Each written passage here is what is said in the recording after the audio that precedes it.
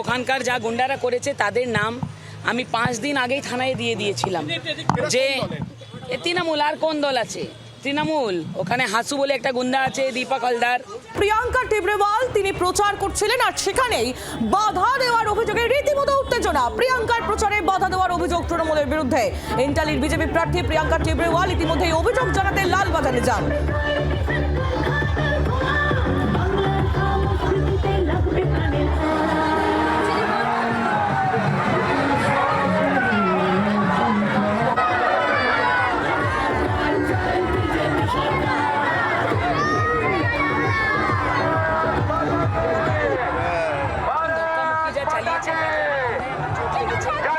ঠিক আছে। আর এই সব ওখানকার যা গুন্ডারা করেছে তাদের নাম আমি 5 দিন আগেই থানায় দিয়ে দিয়েছিলাম যে তৃণমূল। আর কোন দল আছে? তৃণমূল। ওখানে হাসু বলে একটা গুন্ডা আছে, দীপক হালদার। ঠিক আছে, পচা। এরা সবাই মিলে এগুলো করিয়েছে। আর 2-3 জন মহিলা তাদের সঙ্গে ছিল, গব্বরের বউ, এরা সবাই ছিল, রাজা মিস্ত্রি, এরা সবাই মিলে।